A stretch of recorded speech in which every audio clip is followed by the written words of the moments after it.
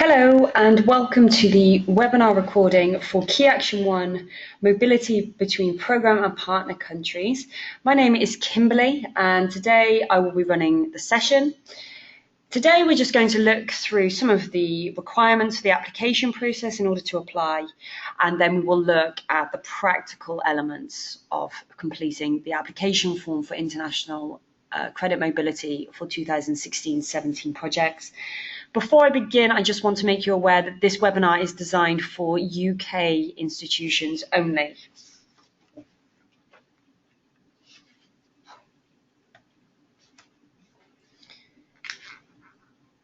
Okay, so as I said before, we're going to have a look at the application process for international credit mobility. So the only deadline for international credit mobility applications is the 2nd of February. If you wish to apply, you need to register on something called ECAS, and then you'll need to log into the participant portal and register on the Unique Registration Facility, or URF. Once you've done these steps, you will have something called a Participant Identification Code, or PIC, and only when you've obtained that PIC are you able to complete the eForm. Please note that each organisation will only need one PIC. When you apply, it will be necessary for the applicant in the programme country to have their PIC in order to apply, but you do not need to know the PICs for the partner institutions in the partner countries. The PIC for the institutions in the partner countries is requested in the form. We'll have a look at that at the moment, but it's not mandatory. But as I said, we'll have a look at that in the application form in the moment. Just please bear in mind that it's only necessary for each organisation to have one PIC. So, for example, if you're a university with lots of different faculties, the university would have one PIC number. It wouldn't be the case that each faculty needs a different number. It's just one PIC per organisation. So just some more details. So step 1 is the registration on ECAS. This slide contains a direct link to the ECAS registration system, and also you can see on screen there a link for some guidance for registering. When you register, please use your organisation's generic and current email address. These links that you're seeing on screen now will be made available in the description underneath this video. So while you might not be able to click on these links during the presentation, you will have access to the links in the description section under the video. Step 2, as I said before, is you'll need to log into the participant portal and register on the Unique Registration Facility, or URF. So the slide that you can see now contains a link to the participant portal. Please register your organisation on the participant portal to get a PIC number, if you have not already done so previously. As I said, bear in mind, each university or organisation needs one PIC as a total. You don't need one PIC per faculty or anything like that. If you have that one PIC already in place, please continue to use it. If you're not sure whether your organisation has a PIC or not, please contact us. I'll give you the contact details at the end of this recording, and we can check that for you. I can't say it enough, there should only be one PIC per organisation.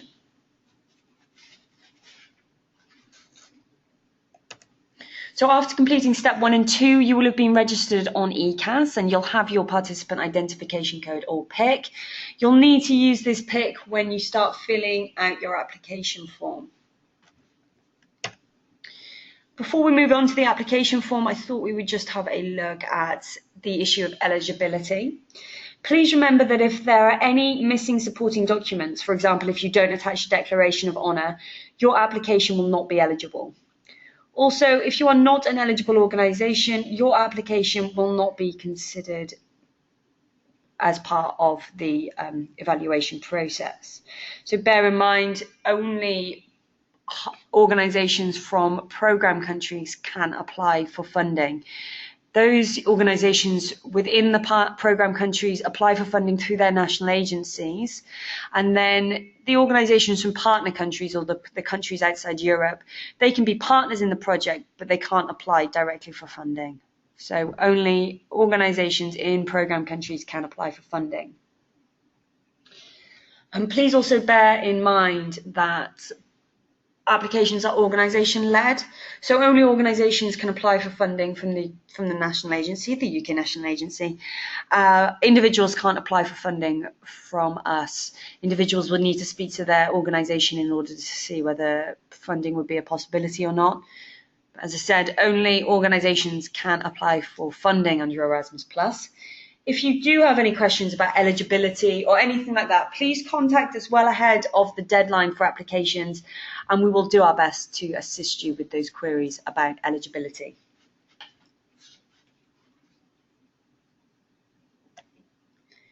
Okay, on this slide here, you've got 3 different links. The first is to the 2016 eForm or electronic form, which is on our website. The second link that you can see under that second bullet point is to the partner mandate. This is a document that you will need to annex to your application if you're applying as part of a consortium. So if you're applying as part of a consortium, please ensure you attach that partner mandate included in the second link. If you're not applying as part of a consortium and are just applying as an individual higher education institution, the partner mandate isn't mandatory. The only mandatory annex for you will be the Declaration of Honour. So Declaration of Honour needs to be attached to every application, but we'll have a look at that in a moment. The guidance for UK applicants, well, it says on screen that it will be shortly published on our website, but my understanding is at the time of recording, this information is already available on our website, and we will put a direct link to that in the description under this video. But if you want to go and have a look at our website, there's the link for you there, and the guidance is available on that website if you want to have a look around. So what I'm going to do now is I'm just going to flick to the application form, and then we can have a look at the, like I said, the practical aspects of filling in the application form.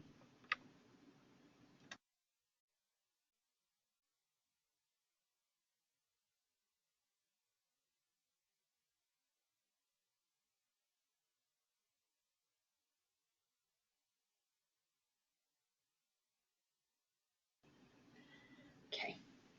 So the document that you can see on screen at the moment is the application form for international credit mobility under the 2016 core. So before I continue, I just want to make you aware that the European Commission has published the 2016 Erasmus Plus Programme Guide, which has some changes to the information published in previous years. It is important that you consult the most up-to-date versions on the national agency's guidelines, which are available on our website.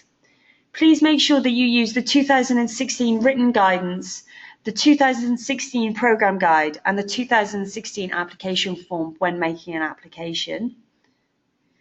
Please note that any page references that I make during this presentation are in reference to a blank application form, and these may change as all information and partners are added. So before you continue, please make sure that you have a look at the European Commission's 2016 Programme Guide and the National Agency's guidance, which is available on our website. We've covered it before, but just to remind you, you'll need to register in the participant portal and obtain your own organisation's PIC or participant identification code. In order to download this application form, you'll need to save a copy of it as a PDF to your computer. In order to do this, you will need to use Adobe Reader version 10 or above. This is free to download, and I believe that there's a link to that available in our written guidance. When completing the form, you can work offline, but you will need to be connected to the internet in order to submit it. Some fields will populate automatically from earlier sections of the application with information that you may have registered in the participant portal, but I'll show you that in a minute. Please note that grey fields are pre-filled or automatically calculated. Pink fields are where information is required, and yellow boxes are optional. In some sections, you will be required to select the appropriate or most relevant option from a drop-down list. And in some sections, you can use a plus or minus button to add or remove rows or tables. There may be character limits in some sections, so please check the field that you are completing. If you hover over the field, it will show you what the maximum numbers of characters is. As you are completing the form, please remember to save it regularly to avoid losing data. And please also ensure that you validate the form to ensure all compulsory sections are complete. Please note that you cannot submit unless all the sections are valid.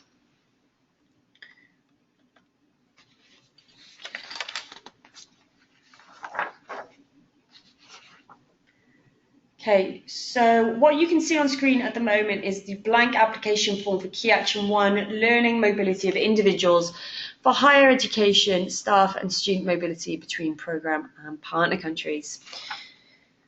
So Section A will just contain a general overview of the content of the application form. Please make sure that you have a look at Section A before you complete the form.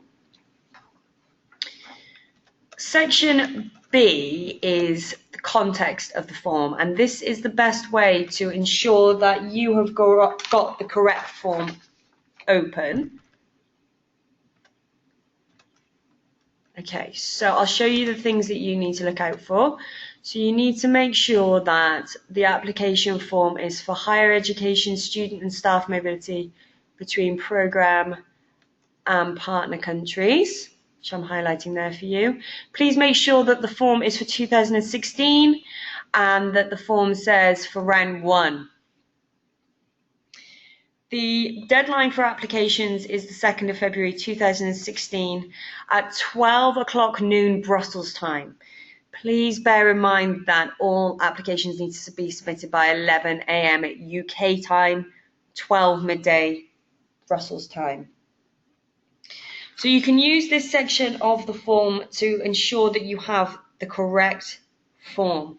The sections that I've just highlighted contain information about the type of application that you are submitting, and most of the fields in Section B context will automatically populate for you. The only section that you will need to complete yourself in here will be the language that you use to fill in the form. In this circumstance, you would use English to fill in the form. All applications submitted to the UK National Agency must be completed in English, and therefore applicants must choose English from the drop-down box in this field. The next section is B.1, which is project identification. In this section, you can see here a greyed out area that shows the project start date. All international credit mobility projects under 2016 call for applications, they must start on the 1st of June. You'll see underneath that you have the option to choose whether your project duration is 16 or 24 months. This is at your discretion. If you want to discuss any of the intricacies of having a 16-month project versus 24 months, give us a call, give us an email, and we can discuss that with you. The contact details will be at the end of the presentation. So if you choose 16 months, you will see here that the end date automatically populates as the 30th of September. If you choose that the duration of your project is 24 months, you will see here that the project end date is calculated as the 31st of May 2018. So depending on the duration of the project, the end date will change automatically. Okay, you'll see here a grey section called Applicant Organisation Full Name in legal characters. You'll see here that this section is blank. Please don't worry about that. This section, Project Applicant Organisation, full legal name, will automatically populate when you input your organisation's PIC number in Section C. So we'll go and have a look at that in a moment. So when you complete Section B.1 project identification, you won't be able to complete the applicant organisation full legal name. You will complete that in the following section, so don't worry if that's blank. Okay. The next section is Section B.2, which is National Agency of the applicant organisation. As I said at the beginning, this webinar is for UK applicants only. You need to be a UK organisation to apply to the UK National Agency for funding. So in this section, B.2, you will put UK 01, which indicates you're applying to the UK National Agency for funding. The next section is section C, Applicant Organisation, and this section is asking for information about your organisation as the applicant. The applicant organisation is in charge of applying for the mobility project, signing and managing the grant agreement, the grant, and also they are responsible for reporting. Before completing this section, you need to register on the participant portal or the unique registration facility and obtain a PIC number. Once you input a PIC number, the information in this table will automatically populate for you based on the information provided during the PIC registration process. And I'm going to show you how that works in a moment. Before I continue, I just want you to note that the only eligible applicant organisations are a higher education institution based in a programme country and awarded with an Erasmus Charter for higher education.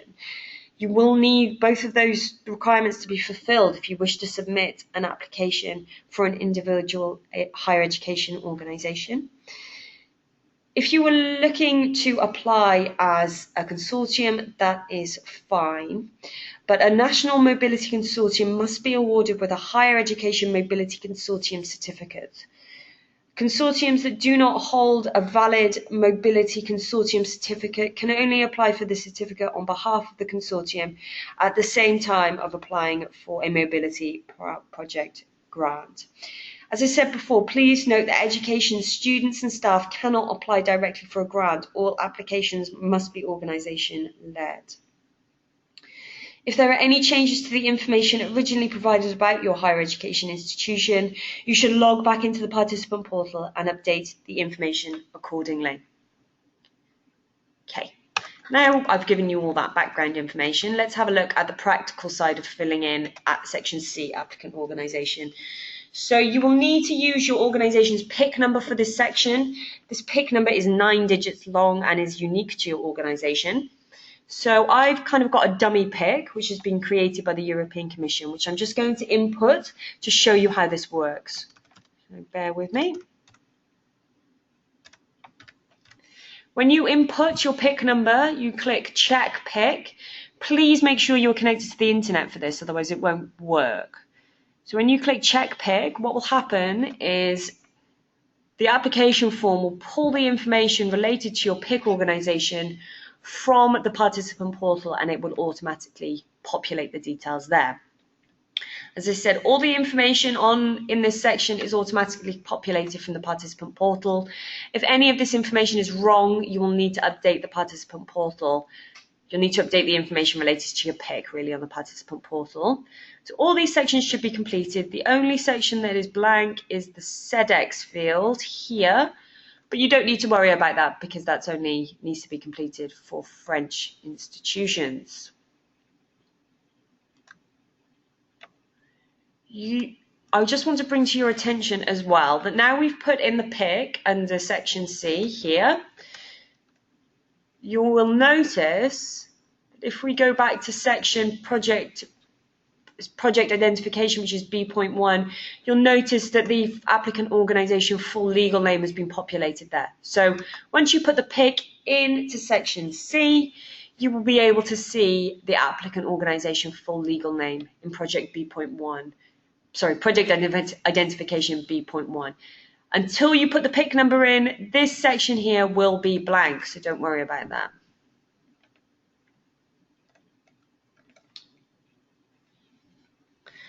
In addition to the SEDEX field, which you can leave blank, which is here, you can also leave the department blank because that's not really applicable. So don't worry about either the SEDEX or the department sections of that part of the application form.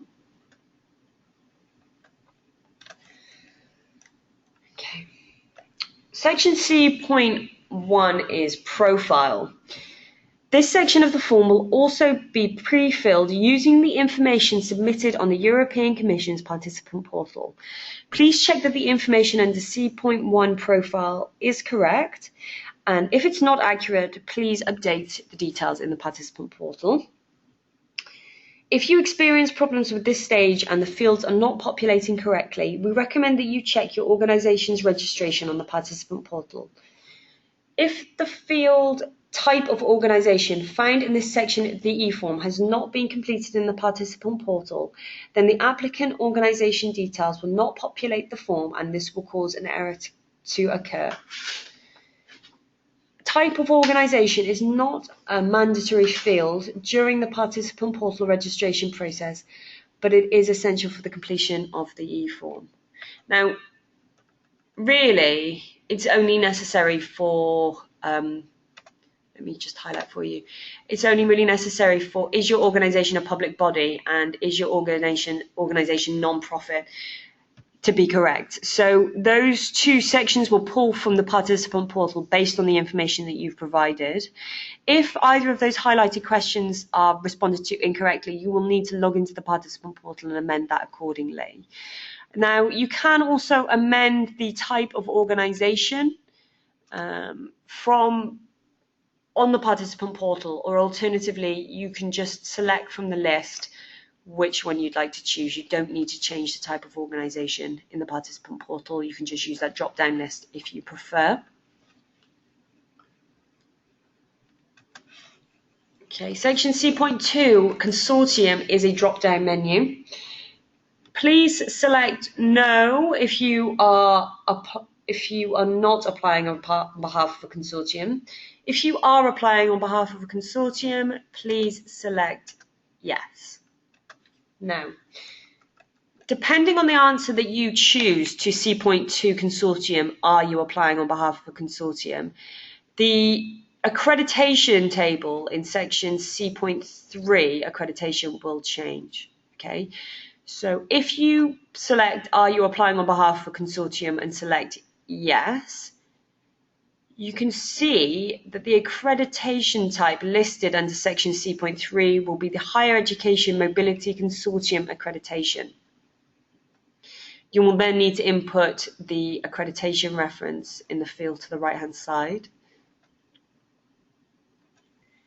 If you are not applying on behalf of a consortium and you select no in answer to C.2, you will be shown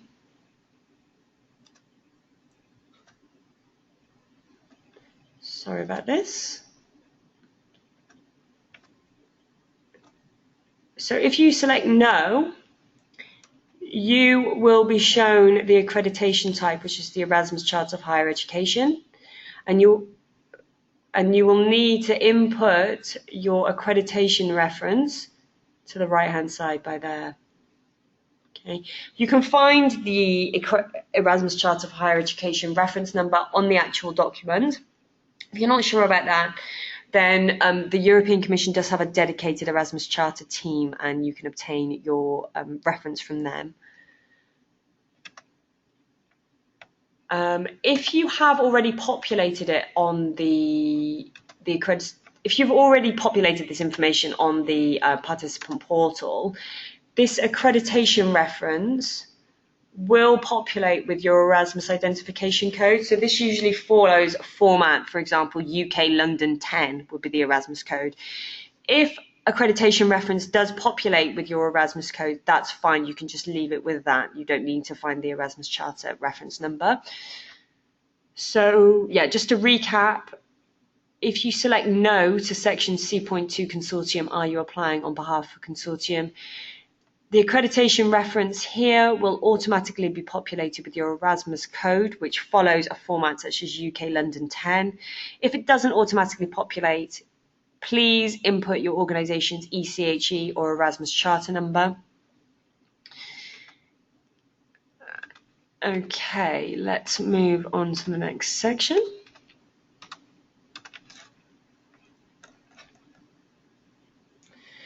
Okay, so the next section is C.4, which is the legal representative for your organisation.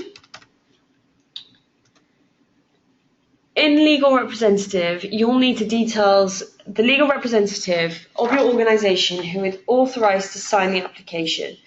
This should be a person who is authorised to enter into a legally binding commitment on behalf of your employer. This may be your Vice-Chancellor or Pro-Vice-Chancellor.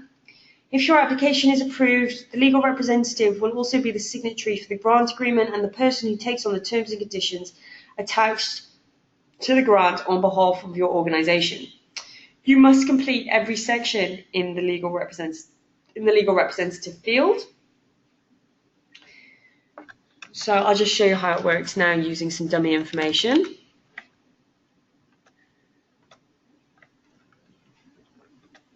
So you just need to type it in here like this.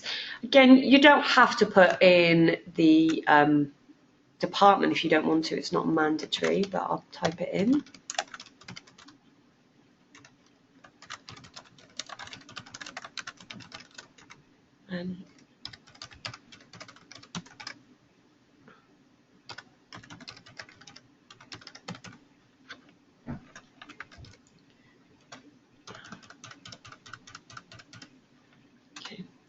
So that's how you would complete the information, but obviously not with dummy information, but with real information. If the address for this legal representative is different to the address for your organisation, you will need to type it in under here.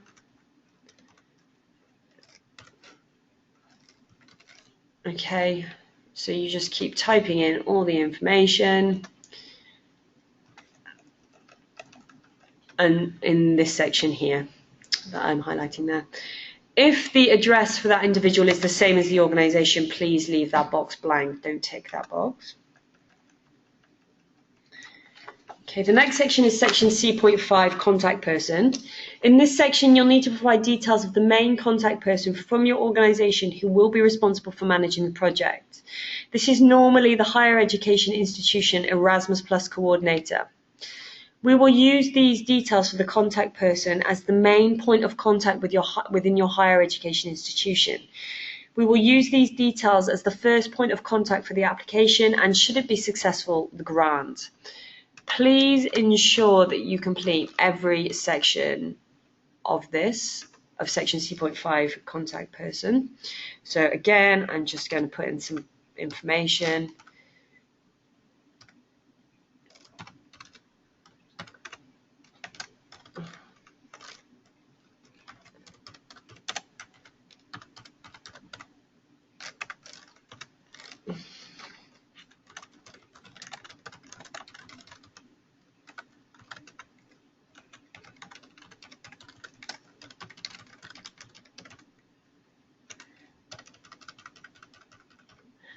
Okay, so that was just some dummy information there just to show you how you fill it out.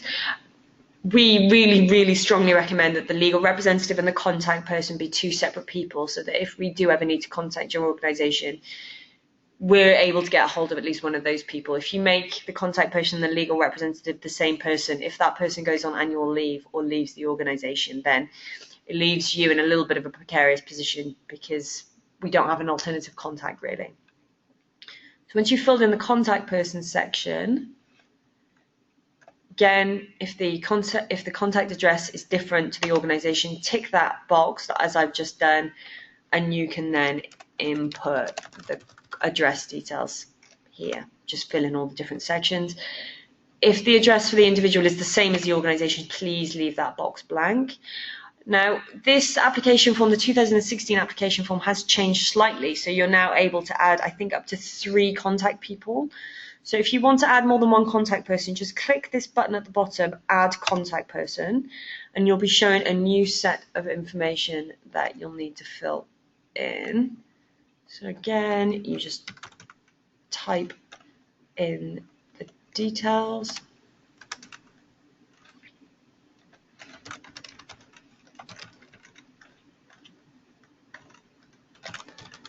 As I said before, the department section isn't mandatory, so if you don't want to fill that in, you don't need to. It won't make any difference to your application. Okay, I'm just filling this out so you have an idea of how the form actually works. Again, for each contact person that you add, you'll be able to select whether the address is different to the organisation's address. if any of the addresses for any of the contact people are different, please tick that box and complete the address information. You can then add another contact person if needs be.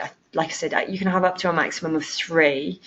If you click the add contact person in error and then you want to remove them, you didn't mean to do that, just click the remove contact person. When you do that, it will remove the most recent addition to the application form.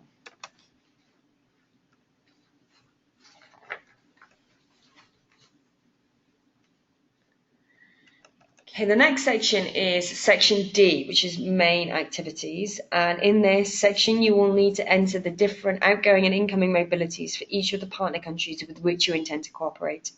Please be aware that each mobility project per partner country will be assessed separately. It does mention here that national agencies may enforce limitations, but I can confirm that the UK National Agency is not enforcing any additional limitations beyond those of the budget rules that we've just covered for you. Just before we go and look at the form, just want to make a quick comment about distance. So if you know the city of origin and the city for mobility activities in a flow, and they are the same for all mobility activities in that flow, you will calculate the travel distance between those cities. If the city of origin or the city of the venue is not known yet, you will need to use the capital city of that country to calculate the distance. In order to calculate the distance, you'll need to use the European Commission's distance band tool, which is the second link, which I'm just hovering over there.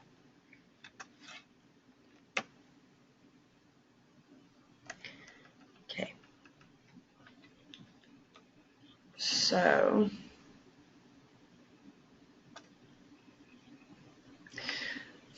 the section D.1 activities details really is a key part of the application form. And if you don't fill it in correctly, you may have some issues with eligibility and things like that. So I would recommend that you just have a look at this example. Okay. So every activity that you plan to do must be listed in this section, and we cannot fund activities if they are not listed in the application form. So you'll need to select the activity type before you can complete the form. So as I said before, there are 3 different activities. There is staff teaching mobility to and from partner countries, staff mobility for training to and from partner countries, and student mobility for studies to and from partner countries. Student mobility for traineeships is not available under 2016-17 applications for international credit mobility. So depending on whether you choose staff or student mobility, the table will look slightly different. So I'm just going to complete one example for each so you can see how it's done. So first of all, I'm going to choose the staff mobility, and I'll just choose teaching to and from partner countries. The table for both teaching and training for staff is the same. It's only the student table that's different. So I'm going to do 1 staff mobility, 1 student mobility. So when you choose staff mobility for teaching to or from partner countries, you will need to choose whether the mobility is incoming or outgoing. For this, you will need, for the first 4 questions in this section, you will need to choose the options from the drop-down list. So you need to choose whether it's incoming or outgoing. If you choose that the mobility is incoming, the country of destination will automatically populate as the United Kingdom. If you choose that the mobility is outgoing, the country of origin will automatically populate with the United Kingdom. Okay, so just bear in mind, if you choose incoming or outgoing, that will affect the country of destination or the country of origin, because all UK institutions must have the partnership with the partner countries, at least one, the destination or the origin, will be automatically populated, and that depends on whether the mobility is incoming or outgoing. So for this example, we're going to choose outgoing, so the country of origin is already filled. I'm going to choose, this is just an example, so I'm going to choose Australia. And then I'm going to choose the distance band. So as I said in the section above, you will need to use the European Commission's distance band calculator to calculate this figure here. Just for this example, I'm going to choose 8,000 to 19,999 kilometres. But please do use the European Commission's distance band calculator before you fill out this section of the form. Now to complete the total duration for all participants. Please note that this section is cumulative. So here you need to put in the total duration for all mobility individuals who are planning to go away. So say, for example, you have 5 members of staff, so 5 participants, and all of those members of staff want to go away for 6 days each. So they will be on placement for 6 days. You would multiply the number of participants by the number of days that they want to go on mobility. So 5 participants multiplied by the duration, which is 6 days, would be a total duration of 30 days.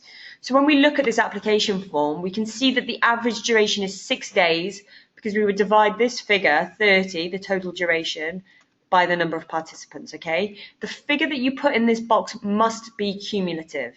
To figure out what you should put in this box, please multiply the number of participants by the number of days that they want to go away for, okay? That figure, that 30 figure put in there, is the total duration excluding travel days. That's really important to remember. You then need to put the travel days in a separate column called total travel days. Under Erasmus Plus International Credit Mobility, staff members are entitled to a maximum of 2 travel days. So I'm going to put 2 in that box. And what will automatically happen is these grey boxes will automatically populate. So the total duration, which is the time that they're on placement, and the travel days will add together to complete this figure here. You can check this information in the total row at the bottom there.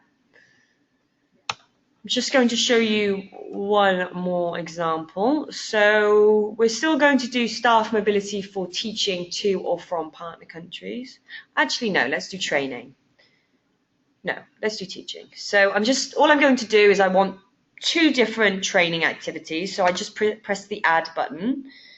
And when I press the add button, it will add another row to show different mobilities. Okay, so in Australia, I've listed all the individuals who want to go to Australia, and I've worked out the total duration for all of those individuals. Now, I would like to have an incoming mobility. When I choose incoming, the country of destination will automatically be populated. So when I choose incoming, I would like it to be incoming from Bolivia. Again, I choose my distance band. Remember to use the European Commission's distance band calculator in order to work that out. I'm just picking a distance band at my own choosing, but please do check the European Commission's tool before you do that. Okay, in this example, I'm going to say that there are 10 members of staff who would like to go away for 15 days each. So to calculate the total duration, I'm going to multiply the number of participants by the number of days that they want to go away for. 10 multiplied by 15 is 150. I must say before I continue that the total travel days, the maximum number of travel days per participant is 2. So if you want to complete the maximum travel days, you'll need to multiply 2, which is the maximum number, by the number of participants.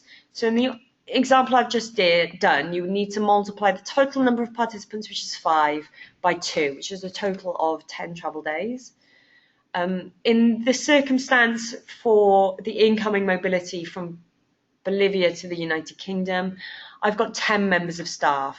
So I would multiply the maximum number of travel days, which is 2, by the number of participants, and I would input 20 there. So it's really important to remember that the figures that you input in this table are cumulative. Okay. The staff mobility for training table is the same as the table that you can see on screen. If you'd like to add a different activity, you can just click the activity button. So if you list staff training for teaching, please input all mobilities for staff teaching in that one table. If you want to do a different mobility type, click add activity and it will bring up another table, as you can see here. You'll see in these tables that there's some grayed out section, including activity number, flow number, and the totals at the bottom are grayed out as well. That means that they're automatically calculated and you can't overtype them. It's only the pink sections that you can type in this field. So if, for example, I wanted to add staff mobility for training, I would then click add activity, select the activity from the drop-down list, and then I would complete the information as I have just done in the previous table. I would choose whether it was incoming or outgoing, etc., etc. However, I don't want to do another staff mobility table. All I would like to do with my application is staff mobility for teaching and student mobility for studies. And I'm going to choose studies now so you can see how the tables differ. So again, you've got the grayed out sections that you can't complete, the flow number, the totals and things like that. But then you'll notice that some of the sections are different. So here, you need to choose whether the activity again is incoming or outgoing. If it's incoming, the country of destination will be automatically populated. If it's outgoing, the country of origin will be automatically populated. So for this example, I'm going to choose outgoing. And I'm going to say we're going to go from the United Kingdom to Argentina. I'll choose my distance band. Again, remember to use the European Commission's distance calculator, which is linked just above in the previous section. I will choose a random bracket, but please don't do that when you fill in your application form, otherwise it might be ineligible. Now, again, the duration is the requested duration for all participants here. Okay, so it has to be cumulative. So bear in mind that the minimum duration for student mobility and international credit mobility is 3 months. I am going to say that we have 5 participants who wish to go away for 4 months each. So I would multiply the number of participants by the total duration, which gives me 20 months. Sorry, 20 months, not 30. And I'm going to put 0 total duration in extra days because the participants are only going for a full month. You'll notice that this total, this grey section at the bottom, automatically populates using the information in that table. So if you want to change any of the details here, you'll need to amend the information in the pink sections of the table. Okay, now I am going to do a slightly more difficult example. We're going to do an incoming mobility. So when you choose incoming, the country of destination will automatically populate as the United Kingdom. And we're going to say that this is going from Brazil to the United Kingdom. Choosing my distance band, again, make sure you check that distance band before you input it. I, however, will just choose a distance band, but make sure you check it. Oh, sorry about this, just bear with me.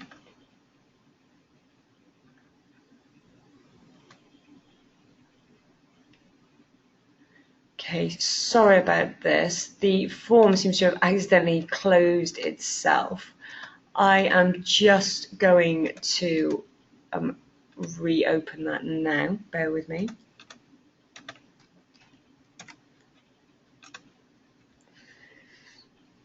Sorry about this. I'm just reloading the form. We seem to have some technical issues there. Okay, sorry about that. I just had to restart the form because there were some technical issues. So just going back to this student mobility table. I've had to change it slightly because I can remember what I just inputted. But if you put, say, for example, the total number of participants is 6, and they're going for the minimum duration each, which is 3 months, you would multiply the number of participants by the number of months. So the total duration would be 18 months. And because it's a round figure, it's a round number of months, there won't be any extra days. Now, what I was trying to do was to add another row to the form. So I'm just going to show you a slightly more complicated example. Just choose, because I've chose the mobility to be incoming, you'll have to choose the country of origin, and the country of destination will be automatically populated. Again, choose your distance band, but make sure you check that with the European Commission's tool before you send it away. So in this example, I am going to choose that you still have 6 participants who are going away on placement, except what we're going to have is we're going to have 3 students who are going away for 3 months, and then we're going to have the remaining 3 students are going away for 3.5 months. Okay, so what we would need to do is we would need to take the 3 students who are going away for 3 months and multiply those together, so that would be a total duration of 9 months. But then we still have these other 3 students who are each going away for 3.5 months each. So we'll need to take that into account in the full duration. So 3 times 3.5 months is 11.5. No, it's not. It's 12.5. Forgive my poor maths. So you'll need to add 12.5 to 9 months. So 12.5 plus 9 is a total of 21 months. So it's 21.5 months. So effectively it's 21.5 months. Now, bear in mind when completing this section that the European Commission considers a month to be 60 days. So if you have 21.5 months for all the students, you would need to input the total duration in extra days as 30 months. So you would take, it's 21 full months and 30 extra days. If you had a quarter of a month, that would be 15 days, right? So just bear that in mind when you're completing the table, that the European Commission considers a month to be 30 days. So in total duration full months, input the number of full months, and in the total duration extra days, input the extra days that are in addition to the extra months that you have going. But the important thing to remember with these tables is that the figures that you input for the requested duration is cumulative. So you need to multiply the number of participants by the duration that they're going away. This is really important to get right, because if you get, say for example, you said that you were going to send 6 students away and they were going to go each away for 5 months each. When we get that application form, it's going to look to us like you're sending 6 students for a total of 5 months. So the duration would be 6 divided by 5, which is wrong. You need to multiply the number of participants by the total duration, okay? So effectively, when you divide this total duration, you should be able to work out how long each participant is going away for. Like I said, if you do have any questions about that section, please do contact us again, because it's really important that you get that section right.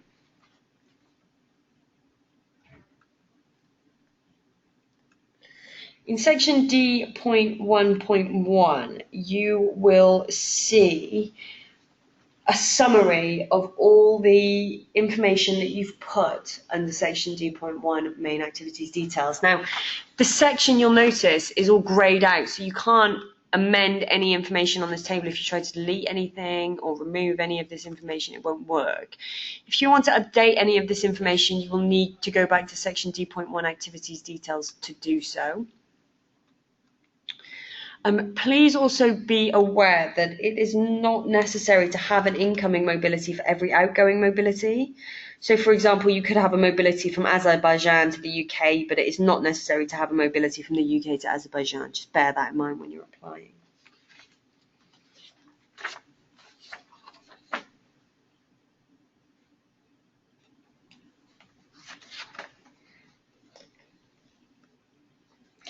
So it is your responsibility to make sure that the figures in section D.1.1 summary of activities and participants per partner country is correct. As I said, if any of that information is wrong, please amend it in section D.1 activities details.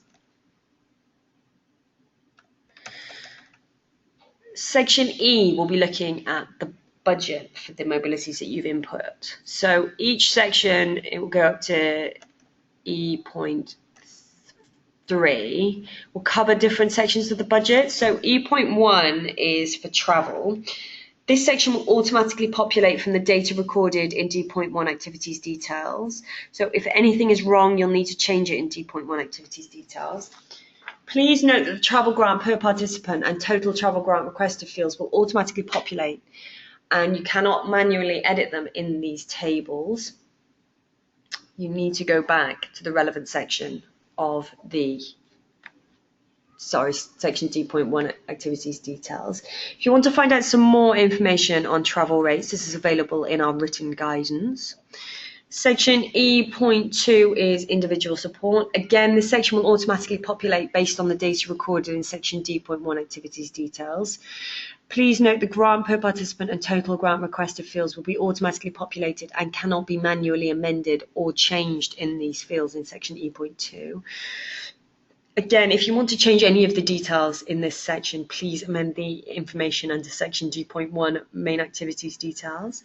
There's more information about individual support in our programme guide and also in the written guidance, which is available from our website. The final section is organisational support. Again, this section will automatically populate from the number of participants input in D.1 activities details. So you can see here the total number of participants is 27, but that's just because of the information I've put in D.1 main activity. So if you want to change that figure, go back to D.1. This section will be automatically populated and cannot be manually amended in this section. For more information about the rates of organisational support, please refer to our 2016 programme guide, or alternatively, you can have a look in our written guidance that we've provided as a national agency. Section E.4 is just a summary of what you've requested for staff mobility and what you've requested for student mobility. And section E.4.1 is the total grant that has been calculated. Again, if any of the information in these sections is incorrect, you will need to go back and amend it in section D.1 activities details.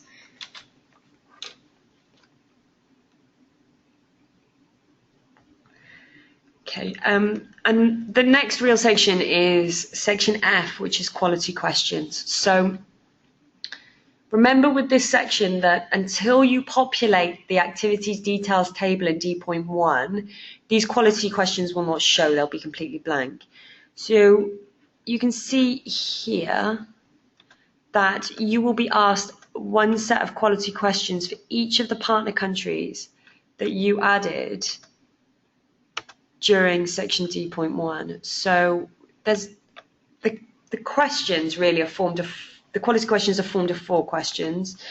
The relevance of the strategy, the cooperation, sorry, bear with me, the quality of the cooperation arrangements, and the quality of the project design and implementation, and finally the impact and dissemination of the project. So those 4 questions will repeat for each one of the countries that you've added in section D.1 mobility activities details. So you can see here that you've got a set of quality questions for Australia. You will also have, because of the countries I input, a set of quality questions for the Bahamas. You'll have a set of quality questions for Bolivia because I input them as a partner country in D.1. And because I added 4 different countries, there'll be a final set of quality questions for Brazil. So until you've populated that main activities details table, you won't see these questions. So make sure you do that first. Okay, so In this section, you will need to input the name of the higher education institution that you plan to work with in the partner country. So you would just input the name there. You are asked for the PIC information, so you can input the PIC there. If you do have the PIC information available, input the PIC. Oh, sorry about that. Input the PIC number, and when you press enter, the partner country higher education institution section will automatically populate. The reason that it hasn't worked in this example is because the PIC number I've put in isn't real. It's not connected to anything. But if you put in a real PIC number, let me just try, for example, with the demo PIC that I used earlier.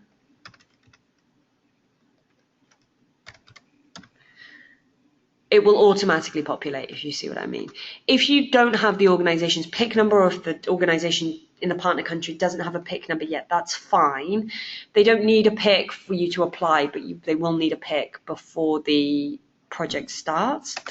If you don't have the PIC number, just type in the name here.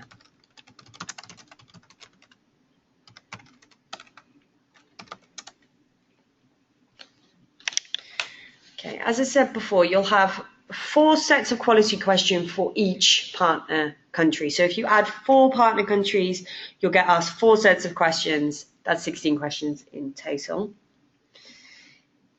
Of the 4 questions, you'll be asked about the relevance of strategy, which is 30 points, the quality of the cooperation arrangements, which is another 30 points, quality of the project design and implementation, which is 20 points, and the impact and dissemination, which is 20 points. Now, across those 4 criteria, the total maximum score you could get is 100, and the score that you will need to get in order for your project to be considered eligible is 70 out of 170%. Okay, now the European Commission has created something called a do's and don'ts document, which I've had a look through, and what it does is it provides kind of like model answers to these questions and shows you how you should answer them and how you shouldn't answer them. And if you're thinking about submitting an application and completing all these quality questions, I would really recommend that you have a look at that do's and don'ts document, because it gives you some really good examples and tells you the kind of things that you need to avoid. I can give you a kind of brief overview of these questions, but that document, the do's and don'ts documents from the European Commission, is really good. If you want to find it, it is available on our website on the International Credit Mobility page, or you can find a link to that in the written guidance, which you should be able to see a link for underneath this video. So section F.1 will relate to the first partner country that I added under main activities details. So section F.1.1 is the relevance of the strategy, 30 points. Here you will need to provide details about the extent to which the planned mobility project is relevant to the internationalisation strategy of the higher education institutions involved both in the programme and partner country, and the rationale for choosing staff and or student mobility. You will have to answer that question for each one of the partners that you input. The next section is the second quality question, which is quality of the cooperation arrangements, and that's available for 30 points. Here you will need to provide details of the extent to which the applicant organisation has previous experience of similar projects with higher education institutions in the partner country, and the clarity of the description of responsibilities, roles and tasks between partner. Now, bear in mind when you're looking to apply, if you are looking to apply, that you don't need to have partnerships already in existence or in place. Preference will be given to organisations who already have an established partnership in place, but if you don't have an established partnership, don't let that deter you. Please, continue to apply, and your project will be assessed. Your application will be assessed accordingly. The next section is question 3, which is quality of the project design and implementation. This section looks at the completeness and quality of arrangement for the selection of participants, the support provided to them, and the recognition of their mobility period, in particular in the partner country. And finally is impact and dissemination. So here, please explain the potential impact of the project on participants, beneficiary, partner organisations at local, regional and national levels. Please also exchange the quality of measure aimed at disseminating the results of the mobility project at faculty and institution levels and beyond where applicable in both the programme and partner countries. Now, I've just given you a very quick overview of those quality questions. Because I don't want this webinar to be too long for you, but if you do have any questions, please refer to the quality criteria which are available in our 2016 programme guide, and also have a look at our written guidance that will give you some more information on how to answer the quality questions. You can also, like I said before, have a look at the European Commission's do's and don'ts document, which I personally think would be really, really helpful for you because it gives examples of the type of things that you should do and the type of things that you should avoid. So that overview of the quality questions was very brief, but if you've got any questions, you know where to contact us and you know where the additional support is available.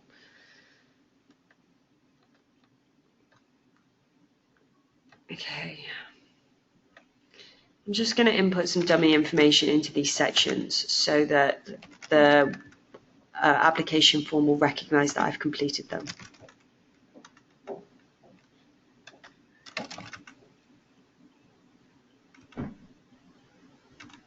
So again, for every partner, you will need to input the answers to these 4 quality questions. If you have more than one partner in a specific country, so for example, I've got 2 partners in the Bahamas, just click that add button and then you can add another institution. If you click the minus button, it will remove the most recent. So for example, I added 3. I'm just putting this in as information. Okay, so say for example, I added 3, but I wanted to remove number 2. I would have to remove 2 and 3, if you see what I mean. You would delete the most recent one. But if you have more than one partner in a partner country, just click the add button and that will be, you can reflect that in there.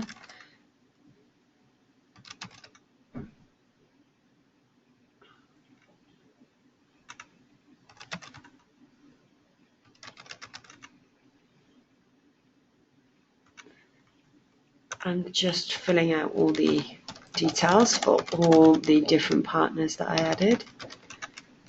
Like I said, this is just dummy information, so please don't think this is an example because otherwise it won't make any sense to you. I'll show you the reason why I'm doing this in a moment.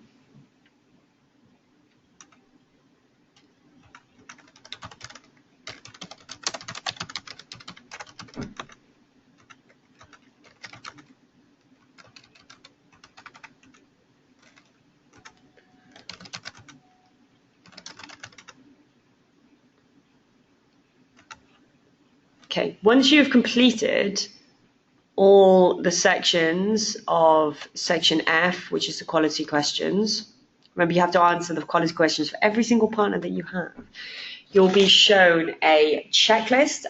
The checklist section provides a quick review checklist so that you can check off completed submission activities. Please make sure that you fulfill all the requirements shown in this list. You do not need to submit this checklist to your national agency with your application. It is only for your reference. The next section is H, which is data protection notice. And this section will give you information on data protection. Applicants are required to read the data protection notice in advance of signing the Declaration of Honour, which is in the next section, section I. The Declaration of Honour needs to be printed and signed by your legal representative, scanned and attached as an annex to your online application. The Declaration of Honour is the only mandatory annex if you're applying as an individual HEI. If you're applying as a consortium, you will need to attach the partner mandate form and also the Declaration of Honour. They're both mandatory. So here is the information that you're actually agreeing to by signing the Declaration of Honour. And you'll see the Declaration of Honour on this page here. All you need to do is click that button, Print Declaration of Honour, and it should bring up the option to print it. You can then get it completed by the legal representative, make sure that they read and agree to all of the terms. You can then scan the document and attach it as an annex. So let me just go back to what I was just showing. So here, section J is the annexes section where you can attach any annexes to your application form, such as the Declaration of Honour, which is mandatory. So all you need to do is to click Add and then select your file name. I'm just going to choose, a random document. You can see that when you click Add, that button is then changed to Remove. If you add something in error, just click Remove and it will delete the annex. So that's how the annexes section works. There is a limit. Before I move on, there is a limit to the total number of documents that you can provide. There's a maximum of 10 annexes. So if you kind of get to that maximum and you need to add any more, you won't be able to. So I recommend that you kind of put 2 documents in one in that circumstance, but it's not very often that we experience that issue.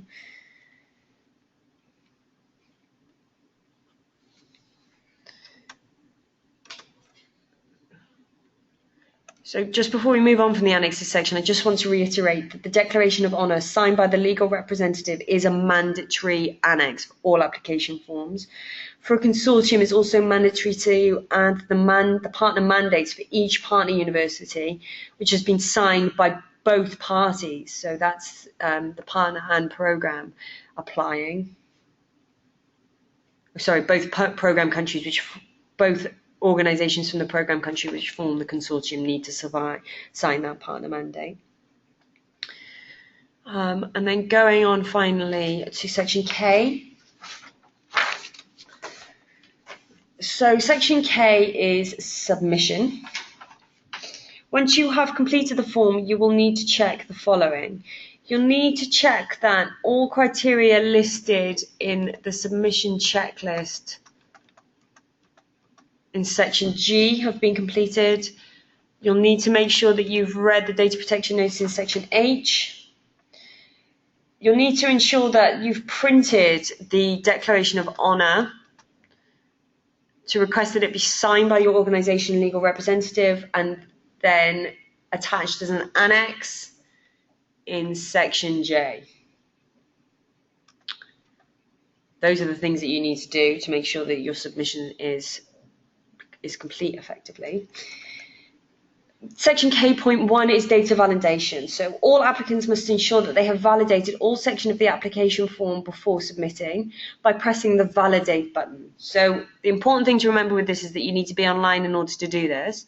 You can click the validate button here at the end of the form, or there is a validate button available at the bottom of every page. If you click the validate button and there's anything missing, it will show you what is missing. So you'll see here, it's saying, please provide a full email address. If I click OK, it will take me to the section that it's referring to. So you can see here that I didn't put in the correct email address.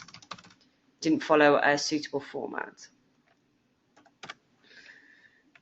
And then every time it clicks validate, every time I click validate, it will take me to another error. If you've got errors throughout your application form that you can then fix. You can do this at the bottom of every single page. Again, you can see here that error showing on screen is related to D.1 mobility, the activities details. So the form has recognised that one of my flows is ineligible because it doesn't meet the minimum duration.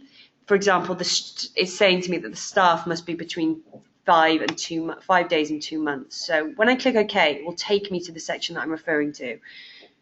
So you can recognise here that I've put 5 participants going for a total of 20 days. If I divide 20 by 5, it will give me 4.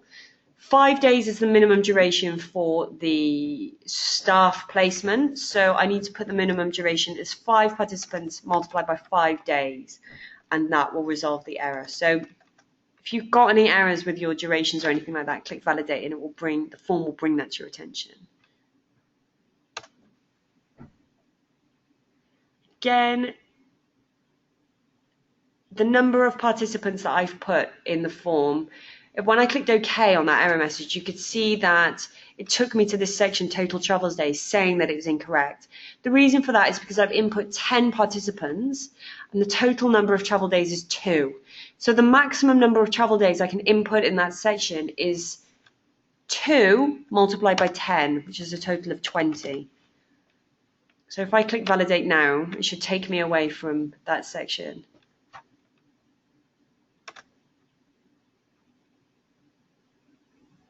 Okay, here, the reason that this error is being flagged up is because I put the total duration extra days as 30. Now, as I explained before, the European Commission considers a month to be 30 days. So if I have 21 months and 30 days, it would actually be 22 months because 30 days is a full month. However, what I actually intended to say was 21 and a half months, which would be 21 months and 15 days. So if I validate that now, that should mean, so it's taking me away from the travel table to the activities detail. And because I didn't put a name in that box, it's bringing it to my attention. So any unfilled sections that you may, have overlooked while you were completing the form, if you click validate, it will just take you to that section and inform you when it's incorrect. When you've completed all the section of the form correctly and all the necessary information has been input, it will show on screen the form is valid, and you need that message to show before you can start the submission procedure. Okay, so make sure that you're validating at the end of the application form before you submit it. If the form's not completed properly, then you might be refused based on eligibility criteria, so just make sure you click that validate button.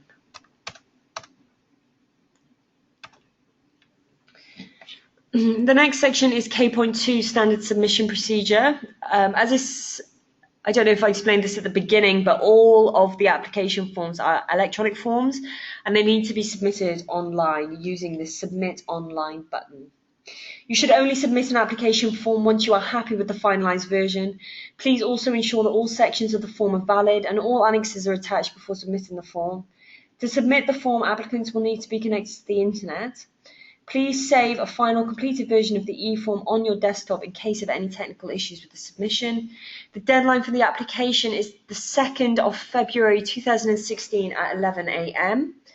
That's 11 AM UK time, 12 o'clock Brussels time. When you are ready, please press the Submit Online button.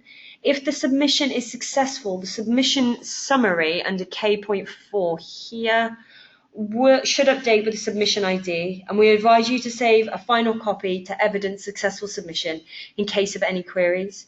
We also encourage you to submit as early as possible in case of any issues with the form. We don't want you to be there at 2 minutes before the deadline worrying about some technical issue with the form or something like that, or an eligibility issue.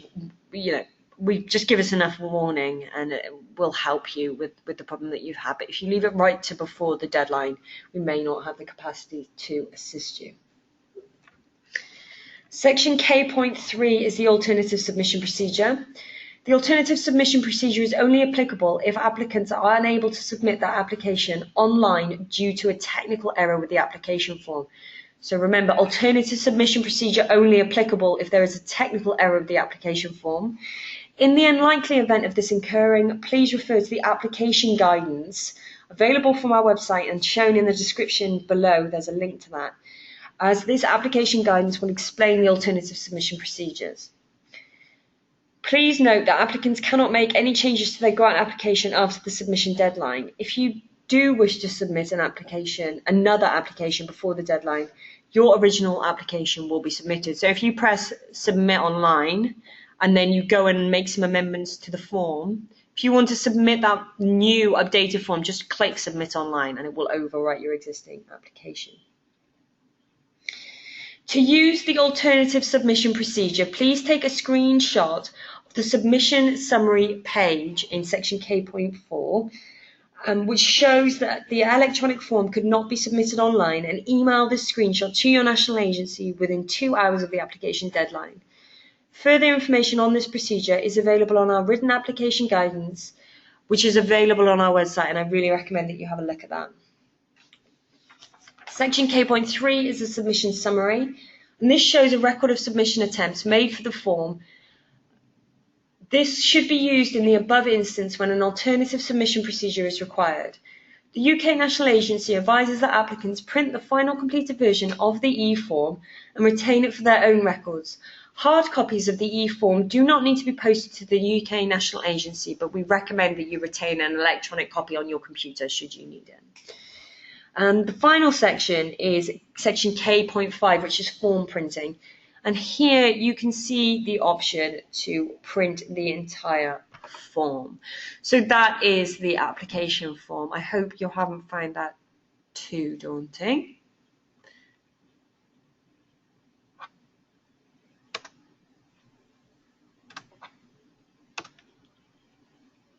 Okay, now we've had a look at the actual application form and had a look at the practical side of completing it.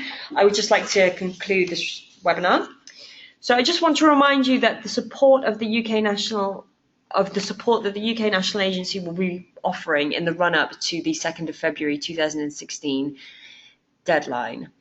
There is an application form available on our website and also written guidance available on our website. We recommend that you have a look at the guidance when you are completing the form, as the written guidance is very detailed and will help you to complete all sections of the application form. Also, if at any stage of completing the application you have any queries, please contact us straight away. We will provide you with the contact details on the next page. We are running a kind of question and answer sessions based on these webinars. You should be able to see the dates for those under the description of this webinar. Links to register should also be available in those descriptions. So if you would like to join a question and answer session, even if it's just to kind of get a feel of what kind of questions other people ask, even if you don't want to ask a question yourself, then please click to register on one of those webinars, because I think it would be a really useful resource for you to ask any questions and for us to, get an understanding of what kind of questions our beneficiaries have. It would be really useful if you could register on that and attend.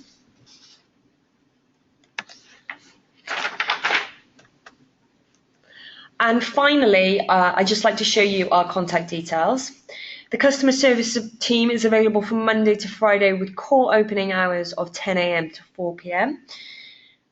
Our email address is also available on screen there. It's erasmus@britishcouncil.org. So feel free to drop us an email or give us a call and we'll get back to you as soon as we can.